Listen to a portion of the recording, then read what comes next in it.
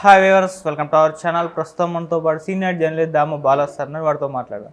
నమస్కారం సార్. నమస్తే సార్, హైదరాబాద్లో నాగార్జున గారి కన్వెన్షన్ కూల్చివేసిన తర్వాత నాగార్జున గారు ఏడుస్తూ బాధపడుతూ ఒక ట్వీట్ చేశారని చెప్పేసి ఒక వార్త వైరల్ అవుతుంది సార్. ఆ ట్వీట్ కూడా వైరల్ అవుతుంది. అందులో చాలా బాధ ఆవేదన వ్యక్తం చేశారంటున్నారు. అసలు ఈ ట్వీట్లో ఏముంది, మరి ఆయన నిజంగా ఏడ్ చేశారు, బాధపడ్డారా సార్? యాక్చువల్గా నాగార్జున కూలగొడుతున్న టైంలో ఒక ట్వీట్ చేశాడు ఫస్ట్.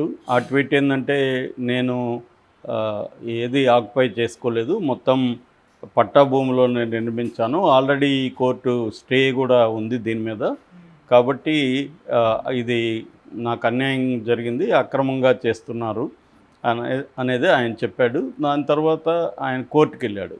కోర్టులో లంచ్ మోషన్ పిటిషన్ వేశారు. కోర్టు కూడా ఆయనకు అనుకూలంగానే స్టే ఇచ్చింది. అయితే ఇది 15 మినిట్స్లో కూలగొట్టేశారు. ఎందుకంటే దాదాపు 10 బుల్డోజర్లు వచ్చాయి, దాదాపు 500 మంది పోలీసులు ఉన్నారు, అర్లీ మార్నింగ్ స్టార్ట్ చేశారు, కాబట్టి త్వరగా అయిపోయింది.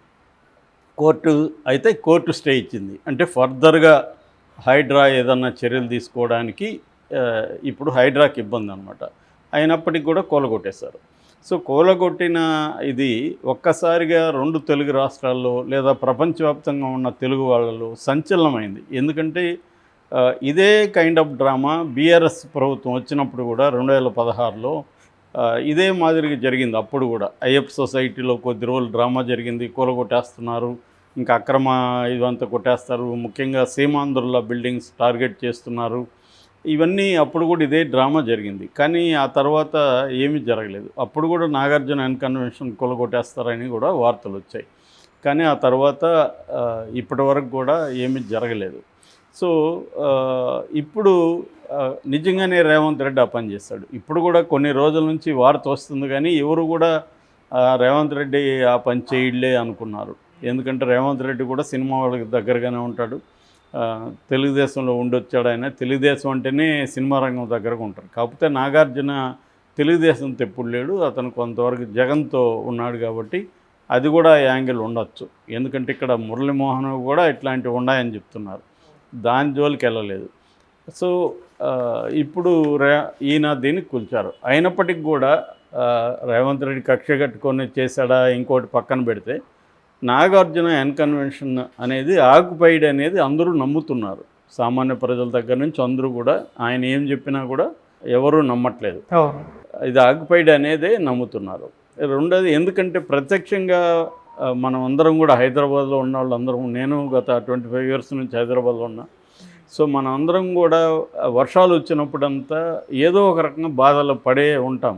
బాధలు పడిన వాళ్ళు ఎవరు హైదరాబాద్లో ఉండరు, సామాన్య ప్రజలు అందరూ కూడా ఏదో ఒక రకమైన హెచ్చు తగ్గులు ఉంటాయి తప్ప అందరూ బాధలు పడ్డాం. ఎందుకంటే చిన్న వర్షం పడితే కూడా మొత్తము రోడ్లంతా మునిగిపోయి, కాలనీలంతా మునిగిపోయే పరిస్థితి హైదరాబాద్లో. దీనికి ప్రధాన కారణం చెరువులు, నల్లాలు ఇవన్నీ ఆక్యుపై చేసుకోవడం. దాదాపు ఒకప్పుడు 170కి పైన చిన్న పెద్ద చెరువులు హైదరాబాద్లో ఉండేవి. దాని తర్వాత ఒక 56 చెరువుల్ని గుర్తించింది నేషనల్ బోర్డ్స్. సో దాని తర్వాత ఆ చెరువులను కూడా ఇప్పుడు ఆక్యుపై చేసుకున్నారు. సో ఇప్పుడు ఆ 56 చెరువుల్ని గుర్తించిన వాటిని హైడ్రా తొలగించే కార్యక్రమంలో పడింది. సో ఇప్పుడు అయితే ఇక్కడ ఏంటంటే ప్రయారిటీ ఎవరికి, చాలా ఇప్పుడు 56 అంటే కొన్ని వందల మంది ఆక్యుపై చేసుకొని కట్టుంటారు. ఇందులో లిస్ట్ ఏంటి అవేవి ప్రకటించలే. మొత్తం లిస్ట్ ఏంటి, ఎవరెవరు ఆక్యుపై చేసుకున్నారు, ఇందులో మీ ప్రయారిటీస్ ఏంటి, ఇవేవి హైడ్రా చేయలేదు. సో ఇష్టం వచ్చినట్టుగా చేస్తున్నట్టుగా కనబడుతుంది. దీనికి ఒక మెథడ్ ఏం కనిపించలే. అంటే ఫస్ట్ ఈ ఏరియా నుంచి స్టార్ట్ చేస్తాం, ఈ ఏరియాకి వస్తాము, సో ఈ లిస్ట్ ఇది ఉంది, లేదా ఫస్ట్ ఇంత పెద్ద చెరువులను ఆక్యుపై చేసుకున్న వాళ్ళని ఫస్ట్ చేస్తాము, అట్లాంటి ఒక ప్రయారిటీ లిస్ట్ కానీ ఏమి కానీ ఒక క్లారిటీ కానీ ఏమీ లేదు. ర్యాండమ్గా ఇష్టం వచ్చినట్టుగా చేస్తున్నట్టుగా అయితే మనలాంటి వాళ్ళకి అనిపిస్తుంది. సో దీనివల్ల ఇప్పుడు నాగార్జున బాధితుడా అంటే ఆయన పాయింట్ ఆఫ్ వ్యూ నుంచి చూస్తే బాధితుడు కావచ్చు. ఎందుకంటే చాలా ఉన్నాయి, నాతోనే ఎందుకు మొదలుపెట్టాను. మేబీ రేవంత్ రెడ్డి ఒక సిగ్నల్ పంపదలుచుకున్నట్టు కూడా మనం అనుకోవచ్చు. అంటే నేను నాగార్జునదే వదలలేదంటే ఇంకెవరిది వదలను అనేది అర్థం చేసుకోండి అన్నట్టుగా నాగార్జునతో స్టార్ట్ చేస్తాడా అనేది ఒకటి. సో ఇంకొక ప్రతిపక్షాలు ఏం మాట్లాడుతున్నారంటే, అసలు ఇదంతా కూడా హైడ్రా కాదు, ఇది హై డ్రామా, ఇదంతా డైవర్షన్ పాలిటిక్స్, ఆయన రైతు రుణమాఫీలు ఇవి చేయలేదు, మిగతా హామీలు నెరవేర్చలేదు కాబట్టి దానికి మీద జనం దృష్టి మళ్ళించడానికి ఈ హైడ్రామా ఆడుతున్నాడు. ఇది ప్రతిపక్షాలను వేధించడానికి కోసమే. రెండవది, హైదరాబాద్లో కాంగ్రెస్ పార్టీ చిత్తుగా ఓడిపోయింది కాబట్టి హైదరాబాద్లో ఉండే ప్రజాప్రతినిధుల్ని ప్రెజర్ చేసి బీఆర్ఎస్లో ఉండే హైదరాబాద్ ప్రజాప్రతినిధులందరినీ కాంగ్రెస్లోకి తీసుకురావడానికి ఈ డ్రామా ఆడుతున్నాడు అనేది ఇటు బీజేపీ ఇటు బీఆర్ఎస్ వాళ్ళు విమర్శిస్తున్నారు. ఏదేమైనా కారణాలు పాలిటిక్స్లో భాగంగా ఫస్ట్ అయితే నాగార్జున దీనికి ఫేస్ చేయాల్సిన పరిస్థితి ఏర్పడింది. అయితే నాగార్జున అక్రమంగా చేశాడా లేదనేది మనం చెప్పలేం. రంగనాథ్ నిన్న మళ్ళీ స్టేట్మెంట్ ఇచ్చాడు. నాగార్జున ఇచ్చిన తర్వాత దీనికి అసలు ఏ రకమైన పర్మిషన్ లేవు, జీహెచ్ఎంసీ పర్మిషన్ లేదు, ఏ రకమైన పర్మిషన్ లేవు అని ఆయన ఇచ్చాడు. దానికి నాగార్జున మళ్ళీ కౌంటర్గా ఒక ట్వీట్ చేశాడు. ఎందుకంటే నాగార్జునకి ఏ కార్నర్ నుంచి కూడా సింపతి రాలేదు. చివరికి అభిమానులు కూడా ఎక్కడ ఒక వచ్చి ధర్నా చేయడమో లేకపోతే ఇంకోటి చేయడమో స్టేట్మెంట్ ఇవ్వడం కూడా చేయలేదు.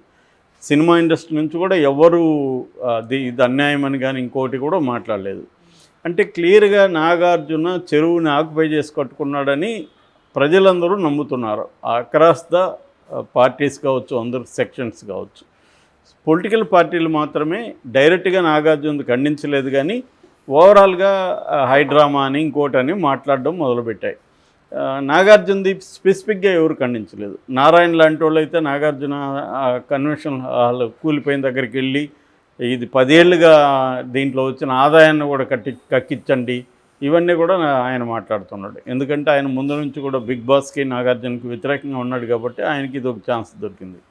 ఇలాగ నాగార్జున మీద అన్ని వైపుల నుంచి ఒక కార్నర్ రావడంతో నాగార్జున దాదాపు కన్నీళ్లు పెట్టుకున్నంత పనిచేశాడు.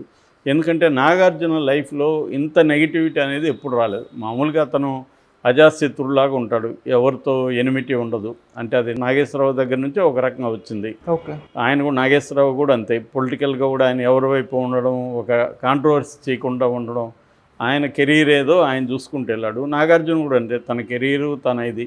జగన్తో కూడా ఆయనకు వ్యాపార సంబంధాలు ఉన్నాయి తప్ప రాజకీయంగా ఎప్పుడు జగన్ గెలిపించమనం ఇంకోటి ఆయన ఎప్పుడు అనలేదు.